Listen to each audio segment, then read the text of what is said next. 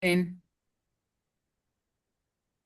es muy importante que consideren que la globulina, la tiroglobulina ya yodada, la tiroglobulina que tiene hormonas tiroideas y que tiene MIT y que tiene DIT, esa tiroglobulina se mantiene en el coloide y es una reserva de 2 a 3 meses de hormonas tiroideas. Entonces, cuando una persona tiene hipertiroidismo, el tratamiento no le hace efecto en 3 minutos ni en 2 semanas. Le hace efecto como en 2 o 3 meses, hasta que se acaba esta reserva de hormonas tiroideas en el coloide. Entonces yo les decía que para ponerlo más en claro, ¿cómo lo tendríamos que considerar? Pues tendríamos que considerar que la tiroglobulina ya yodada, la tiroglobulina con MIT, o sea, con monoyodotirosinas, con DIT, con diyodotyrosinas, con T3, que es triyodotironina, y con T4, que es tiroxina, es la pre-pro hormona de T3. Pre-pro hormona de T3. Esta es una reserva, un reservorio de hormonas tiroideas. ¿Cuánto dura? Dura de 2 a 3 meses. Si en 2 a 3 meses nosotros no produjéramos o no tuviéramos yodo en la dieta, entonces en esos 2 a 3 meses se nos acabarían las hormonas tiroideas. La tiroglobulina, entonces, ya yodada, es una prohormona de T3. ¿Quién es la prohormona? La prohormona de T3 es T4. Y T4 dura 7 días en sangre. Entonces, T4 es un reservorio de T3 en sangre.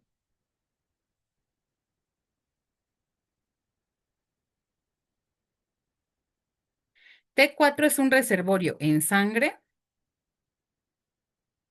para que haya T3. Y luego, pues T3 ya es la hormona que realmente tiene actividad biológica. T3 es la hormona tiroidea que mayoritariamente tiene actividad biológica. T3 es la que tiene la actividad, realmente. Entonces, T3 es la que se une a los receptores. ¿Cómo es el mecanismo de acción de las hormonas tiroideas? Es lo que vamos a ver a continuación, pero primero quiero preguntarles si esto ya quedó claro. Ya quedó claro por qué una persona que tiene hipertiroidismo, el tratamiento que le den no le va a hacer efecto rápido. Nada más a una persona le quedó claro. Ah, bueno, perfecto. Entonces, vamos a continuar. El mecanismo de acción de las hormonas tiroideas lo vemos aquí. Las hormonas tiroideas son hormonas que se unen a receptores nucleares de la familia de los heterodímeros. Las hormonas tiroideas, más bien, a ver, vamos a ver, vamos a ubicarnos en la figura primero. Antes que ninguna otra cosa, vamos a ubicarnos en la figura. Entonces, ¿qué tenemos aquí? Por acá tenemos a la sangre. Aquí dice, ¿no? Aquí dice plasma sanguíneo. Y por acá tenemos a la célula. ¿Qué tenemos en la célula? Pues nos están mostrando de manera muy grande el núcleo. ¿Por qué? Porque las hormonas tiroideas se unen a receptores nucleares y los receptores nucleares, tarde o temprano, llegan al núcleo o ya están unidos al DNA, al ADN. Entonces, ¿qué es lo que estamos viendo aquí? Vamos a empezar por la parte de la sangre. Vamos a pensar que las hormonas tiroideas se acaban de secretar hacia la sangre. Entonces, por acá va T4, mírenla, tiene forma de rombito. Por acá va T3, también tiene forma de rombito, nada más que T4 es un rombo de color más oscuro que T3. Y entonces, ¿qué nos dicen? Que la mayor parte de T4 se encuentra unida a la TBG. ¿Y qué es TBG? La proteína transportadora en sangre para las hormonas tiroideas, que se llama globulina de unión a tiroxina. Acuérdense que la única que puede tener acción biológica es la hormona libre. La hormona que está unida no tiene acción biológica. La hormona que esté unida a TBG no tiene acción biológica. Solamente la tiene la hormona que está unida, que está libre, perdón. Entonces, T3 ya se liberó de TBG y a través de este transportador, el mismo que se utiliza para que las hormonas tiroideas se salgan del tirocito, es el mismo transportador que se utiliza para que las hormonas tiroideas entren a las células, el MCT8, el transportador de monocarboxilatos de tipo 8. Vean, aquí hay uno que deja pasar a la célula. Estos están ¿en dónde? En la membrana plasmática de la célula blanco. Y acuérdense que casi todas las células que tenemos en el cuerpo tienen receptores para hormonas tiroideas. Entonces, por este transportador de monocarboxilatos de tipo 8, por este, atraviesa la membrana T3 y ya está en el interior de la célula. T3 luego se podría ir al núcleo. Y si T4 atraviesa por este transportador de monocarboxilatos de tipo 8, entra a la célula, pero la agarra una desyodasa, aquí dice monodesyodasa, una dio la agarra, y entonces la desyoda y la convierte en T3. Entonces T4 realmente no tiene mucha actividad biológica porque dentro de las células se desyoda para convertirse a T3. Entonces, ¿qué vemos en el núcleo? Vamos a ver con calma. En el núcleo observamos al DNA. ¿Cómo sabemos que es DNA? Pues porque tiene esta estructura de doble hélice. Entonces, en el DNA ya está el receptor de hormonas tiroideas. Fíjense, el receptor de hormonas tiroideas se llama TR, pero es un heterodímero. ¿Por qué es un heterodímero? Porque uno de sus monómeros es TR, este que está aquí, el que tiene forma como de paleta de hielo. Es el receptor para las hormonas tiroideas, se llama TR, y el otro es el otro monómero que forma el receptor que se llama RXR. Entonces, estos receptores están formados por el heterodímero TR-RXR. Generalmente, cuando las hormonas tiroideas no están en las células, los receptores reclutan correpresores de la transcripción. Y cuando llegan las hormonas tiroideas, sueltan a esos correpresores, reclutan coactivadores de la transcripción y entonces se pueden copiar los genes. Los genes que, ¿qué? Que tengan elemento de respuesta a hormonas tiroideas o TRE. Entonces, este lugar que está resaltado como en amarillo, no sé si lo alcancen a ver, esto que tiene como estos rayos que salen, es el elemento de respuesta a hormonas tiroideas. Es una parte del gen en donde se pueden situar estos receptores. Estos receptores siempre ya están unidos a DNA.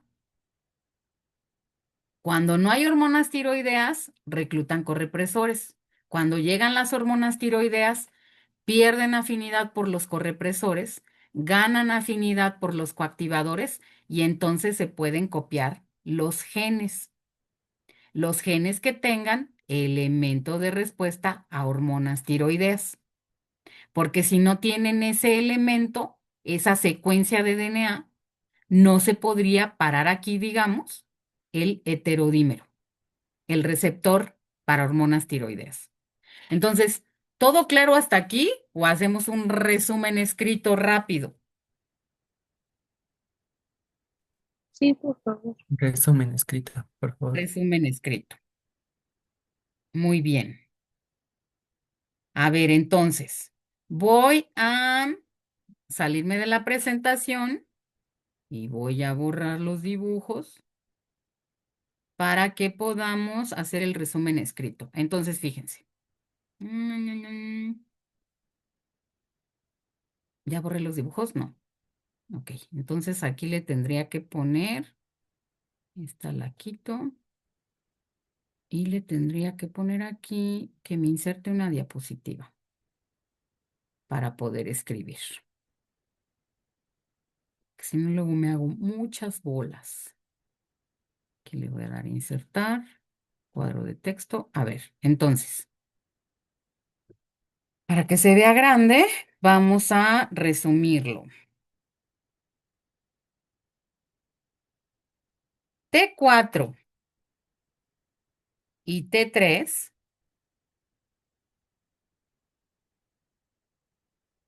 se secretan hacia la sangre. Llegan a las células blanco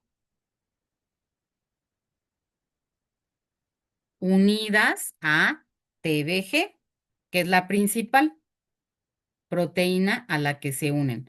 La principal proteína a la que se unen en sangre. Se disocian de ella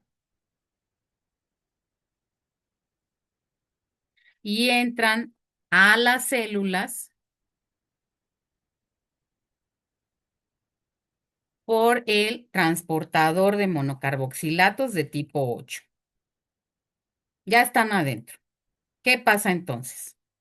T4 se, por acción de una desyodasa,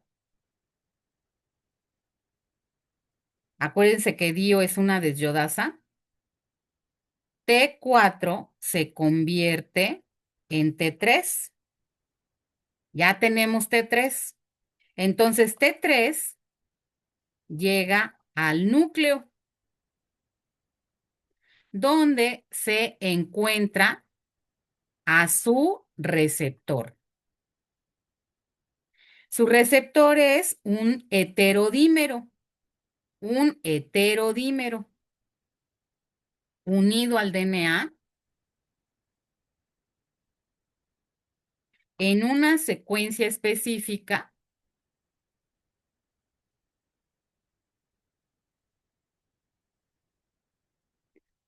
llamada TRE, elemento de respuesta a hormonas tiroideas. Eso es lo que quiere decir TRE, pero está en inglés.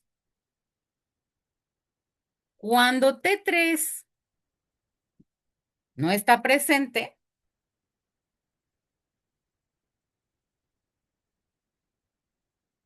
el receptor tiene unidos correpresores de la transcripción.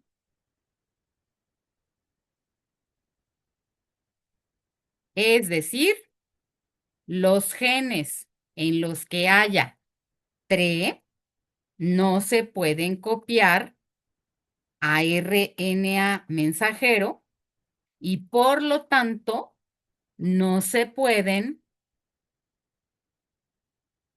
hacer las proteínas para las que codifican esos genes.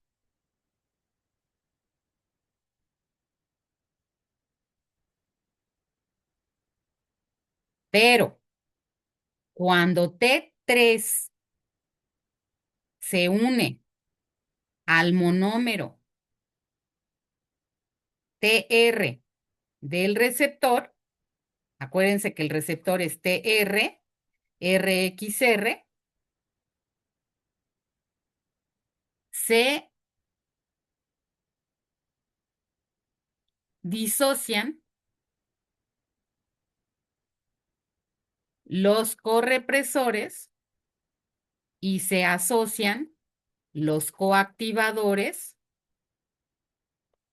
de la transcripción.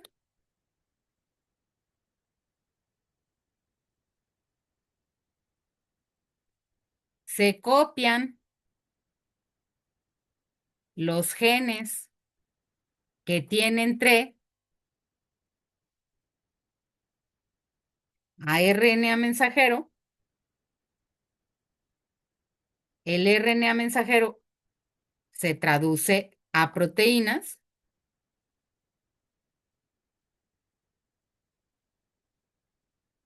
y hay proteínas nuevas en la célula. Y hay mayor número o proteínas nuevas en la célula blanca. No sé si así quedó más claro.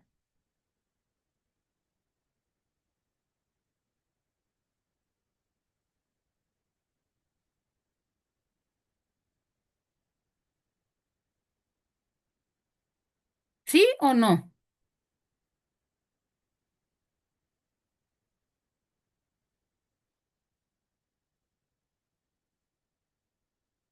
Perfecto. Entonces, miren, eso lo vemos aquí en la imagen que sigue.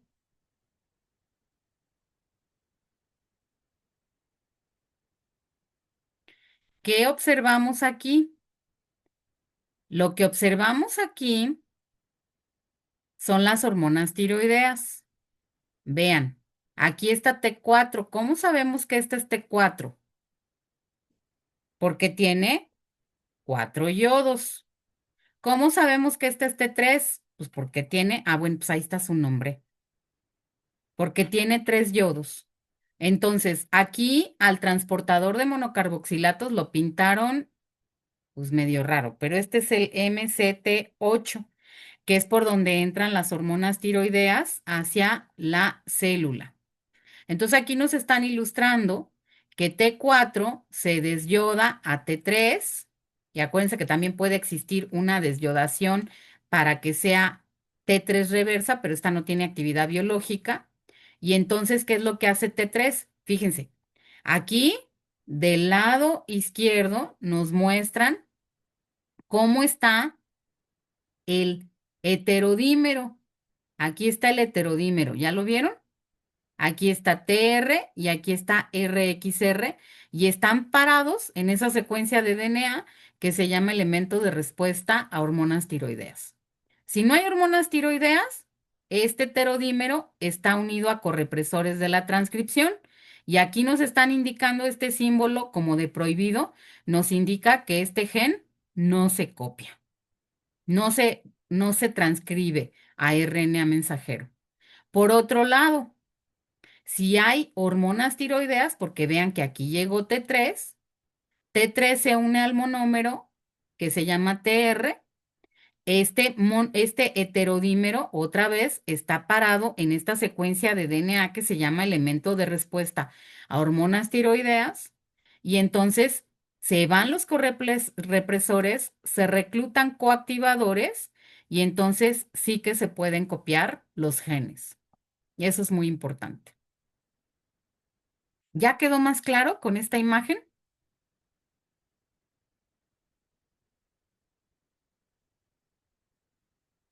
Sí, sí, profe.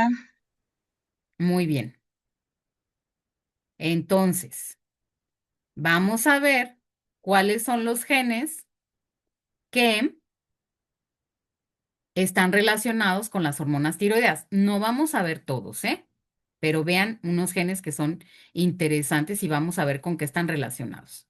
A ver, fíjense. Cuando hay hormonas tiroideas en las células sintetizan más bomba de sodio-potasio. Esto está relacionado con que aumente el metabolismo. ¿Por qué razón? Porque la bomba de sodio-potasio consume ATP. Y entonces esto está relacionado con el aumento del metabolismo. Cuando hay hormonas tiroideas en las células, aumenta la síntesis de enzimas gluconeogénicas. Cuando hay hormonas tiroideas en las células, aumenta la síntesis de hormonas respiratorias, que esto está relacionado con la producción de ATP. También aumentan la cadena pesada de la miocina. ¿Eso qué quiere decir? Pues eso está relacionado con el músculo esquelético, con los músculos en términos generales, porque todos los músculos tienen miocina. Y lo que yo les había dicho, aumenta la síntesis de receptores beta-adrenérgicos. Si aumenta la síntesis de receptores beta-adrenérgicos, las personas que tienen hipertiroidismo, cuando hay aumento de las hormonas tiroideas, cuando hay exceso de hormonas tiroideas, ¿qué les pasa a estas personas? Que aumenta su frecuencia cardíaca. ¿Por qué? Porque tienen más receptores beta-adrenérgicos. Entonces, cuando se activa el sistema simpático, aunque se active poquito el sistema, que se libere poquita adrenalina y poquita noradrenalina, de todas maneras son muy sensibles a las catecolaminas y eso les ocasiona la taquicardia y las palpitaciones. Y no solo eso. No sé si recuerdan que les dije que las personas que tienen hipertiroidismo son muy nerviosas, muy ansiosas, andan siempre como muy aceleradas. Se piensa que los receptores beta adrenérgicos a nivel cerebral tienen que ver con eso. ¿Qué otra cosa hacen las hormonas tiroideas?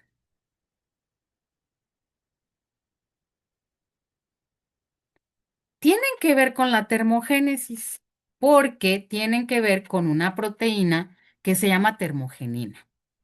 Para que me entiendan lo de la termogenina, les tengo que contar antes un pequeño cuento. Les voy a contar el cuento de los tejidos adiposos. El cuento de los tejidos adiposos, de los tres tipos de tejido adiposo que podemos tener en el cuerpo. Miren, no nada más hay uno. Hay el que se llama tejido adiposo blanco, que es el que está aquí. El tejido adiposo beige, que es el que está acá. Y el tejido adiposo café o pardo, también se le llama. El tejido adiposo blanco, aquí tenemos debajo de cada representación esquemática de las células, tenemos cómo se ven en microscopio. Microscopio óptico ha de ser. Entonces vean que el tejido adiposo blanco sirve para almacenamiento de energía. ¿Qué es lo que hacemos ahí? Pues almacenamos la energía en exceso en forma de triglicéridos.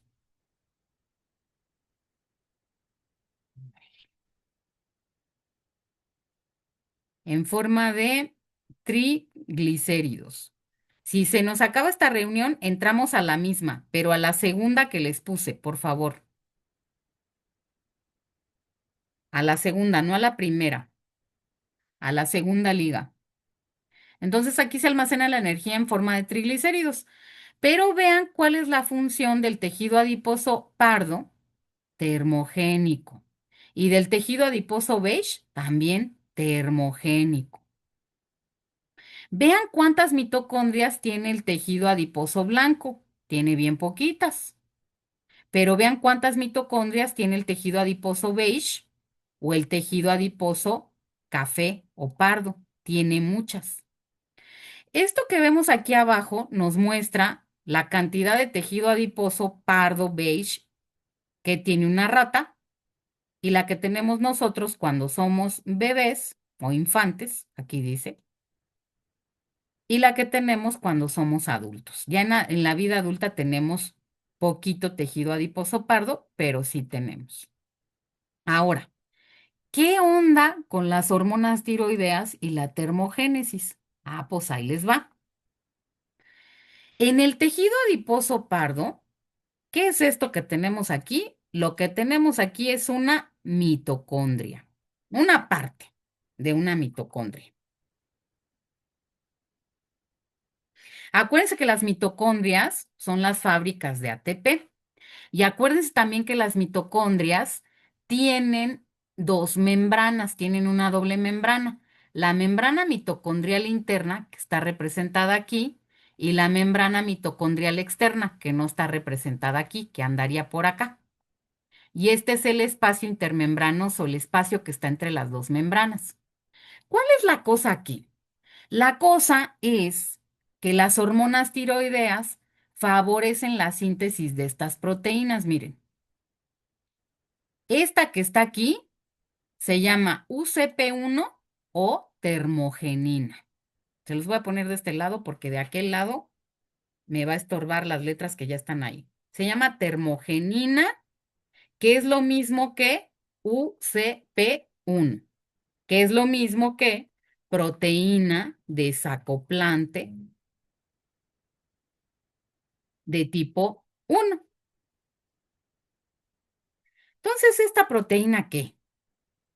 Pues fíjense, generalmente lo que hacen las mitocondrias es que hacen toda su cadena de transporte de electrones que ustedes ya vieron en bioquímica y hacen un gradiente de protones. ¿Para qué? Para que este gradiente de protones atraviese por la sintasa de ATP. Y cuando atraviese la sintasa de ATP se haga la síntesis de ATP. Ah, pues ¿qué hace la termogenina?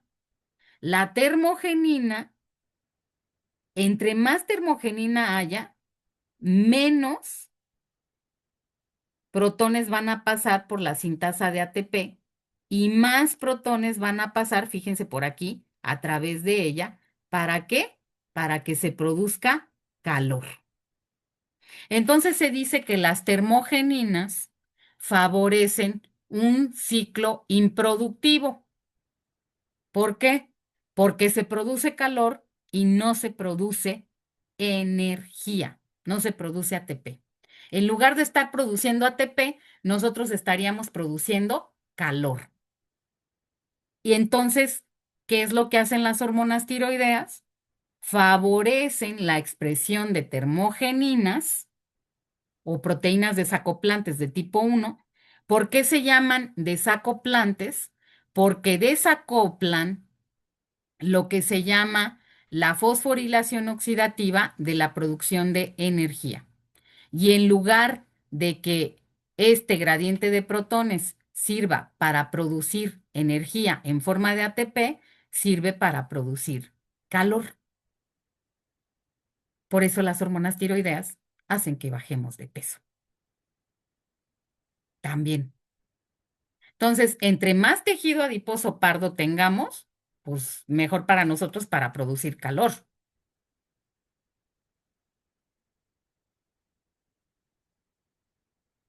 ¿Todo bien?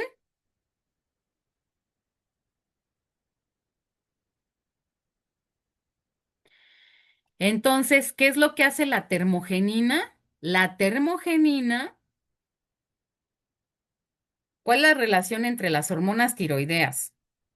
Que son T4 y T3. ¿Por qué les pongo siempre T4 primero? Porque es la que se produce más que T3, pero T3 es la que tiene la actividad biológica. Entonces, las hormonas T4 y T3 favorecen la expresión de termogenina, que es lo mismo que proteína desacoplante de tipo 1. ¿Qué hace la termogenina? Desacopla. ¿Por qué se llama proteína desacoplante? Porque desacopla la fosforilación oxidativa que produce un gradiente de protones. Bueno, que produce que desacopla la fosforilación oxidativa. Le voy a poner aquí entre paréntesis, gradiente de protones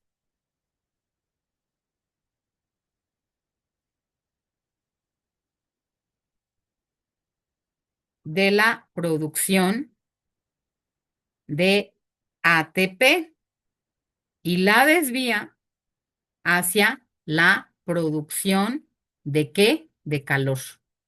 Y ya saben ustedes que el calor, pues no, es energía útil, ¿verdad?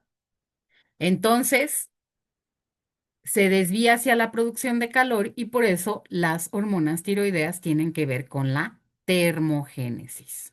Esa es otra de las razones. No nada más que aumenten el metabolismo, también tienen que ver con la termogénesis de manera directa. ¿Dónde ocurre esto? Esto que estamos viendo, ¿dónde ocurre? ¿Ocurre en el tejido adiposo blanco? Ojalá no tendríamos tantos problemas con las lonjas.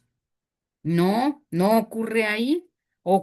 Esto ocurre únicamente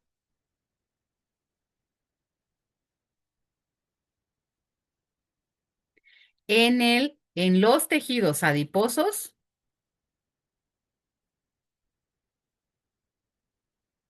pardo o café y beige. Nada más en esos.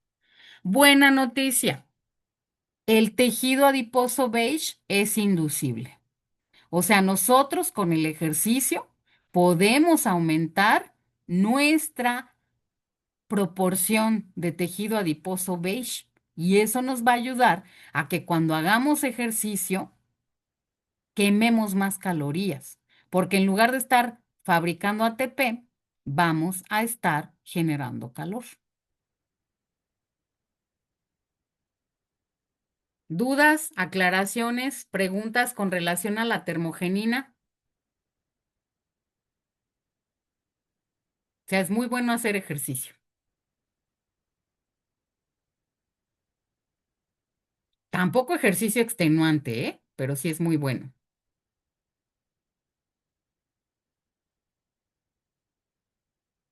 Ahora, ¿aquí qué tenemos? Si se nos acaba esta reunión, volvemos a entrar a la misma, pero a la segunda que les envié, acuérdense. Aquí tenemos los niveles circulantes de hormonas tiroideas en plasma o en sangre